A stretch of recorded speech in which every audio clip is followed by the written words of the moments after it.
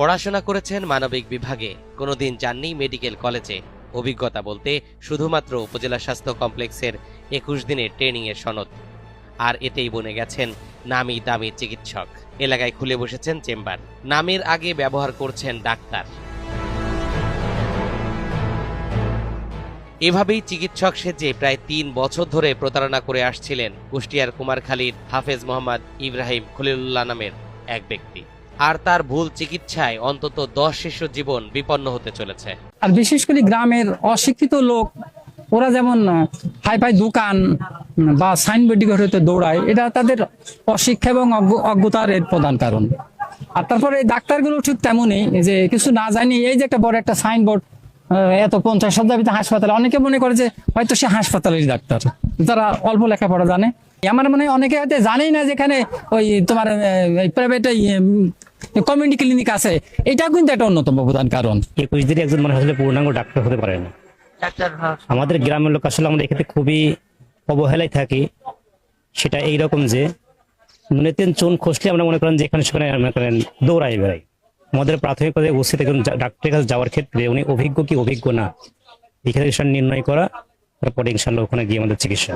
21 দিন যে আছে গা ডিউটি করলে 21 দিন যে ই করলে সেই রকম ডাক্তার হওয়া কি সম্ভব না? 21 দিনে সম্ভব হয় না। 21 দিনে একটা লোক ডাক্তার হওয়া মানে অনেক টাফ ব্যাপার। 10টি জীবন প্রদীপ যখন নিভতে বসেছে, তখন টনক নড়েছে প্রশাসনের। তাকে দেওয়া হয়েছে 1 বছরের বিনাশ্রম কারাদণ্ড। একই সঙ্গে তার চেম্বারটি অনির্দিষ্টকালের জন্য সিলগালা করে দেওয়া হয়েছে। শিশুদের ভুল চিকিৎসায় কয়েকটা শিশু খুব মারাত্মকভাবে আক্রান্ত হয়েছে।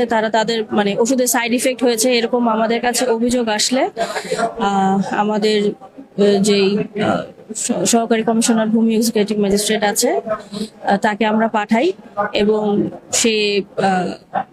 সে থাকে এবং আমাদের ইউএইচএফপিও মহোদয়ও থাকে সেখানে, এবং আসলে সেই অভিযোগের সত্যতা প্রমাণিত হয়, যার প্রেক্ষিতে ওই ব্যক্তিকে মোবাইল কোর্টের মাধ্যমে 1 বছরের কারাদণ্ড দেওয়া হয় ভোক্তা অধিকার আইনে, এবং তার প্রতিষ্ঠানটি সিলগালা করে দেওয়া হয়েছে। হাফেজ মোহাম্মদ ইব্রাহিম খলিলুল্লাহ কয়েক বছর আগে মসজিদের ইমামতি করতেন। এরপর মানবিক বিভাগ থেকে এসএসসি ও এইচএসসি পাশ করে পরবর্তীতে ডিগ্রি পাশ করেন এবং 2023 সালে কুমারখালী উপজেলা স্বাস্থ্য কমপ্লেক্স থেকে মাত্র 21 দিনের চিকিৎসার প্রশিক্ষণ নেন। আর তাতেই বনে যান ডাক্তার। তার এমন কর্মকাণ্ডে হতবাক উপজেলা স্বাস্থ্য কর্মকর্তা।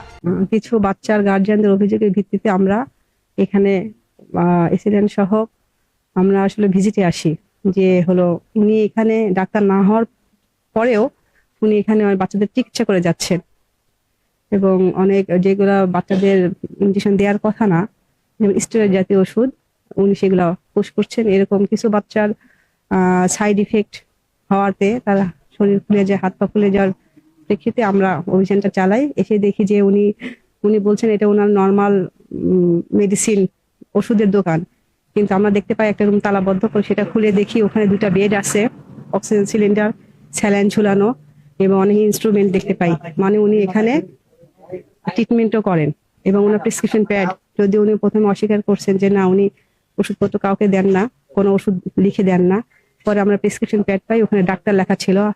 আসলে উনি আমাদেরকে বলেছেন 3 মাসের ট্রেনিং, আমরা একটা সার্টিফিকেট পাই, সেখানে লেখা 21 দিনের একটা প্রাথমিক স্বাস্থ্যের ট্রেনিং পেয়েছেন। সেটাকেই কাজে লাগে উনি আসলে বিভিন্ন অনৈতিক কাজ অথবা যেটা করার কথা না, ওনার একজন ডাক্তার হিসেবে যেটা উচিত উনি সেটা করে যাচ্ছেন। একজন নন চিকিৎসক বা নন মেডিকেল পার্সন হয়ে 21 দিনের একটা ট্রেনিং নিয়ে উনি ওটাকে কাজে লাগিয়ে বাচ্চাদের ট্রিটমেন্ট করে যাচ্ছেন, এবং বিভিন্ন ইনজেকশন দিচ্ছেন, স্যালাইন দিচ্ছেন, যেটা এখানে একটা দোকানে ওষুধের মতো দোকানে একটা রুম খুলে উনি সেবাগুলো দিয়ে যাচ্ছিলেন। না, এটা উনি দিতে পারেন না, কারণ ওনার তো কোনো, প্রথম কথা উনি তো কোনো রেজিস্টার্ড ডক্টর না। তারপরে উনি ডাক্তার হিসাবে দিয়ে যাচ্ছেন। মেডিকেল অফিসার সাব সেন্টার না থাকলে মেডিকেল হাসপাতালে আছে, আমাদের হেলথ কমপ্লেক্স, কুষ্টিয়াতে সদর হসপিটাল, মেডিকেল কলেজ হসপিটাল সবই আছে, সুযোগ সুবিধা সব। আসলে মানুষের সচেতনতারও দরকার আছে।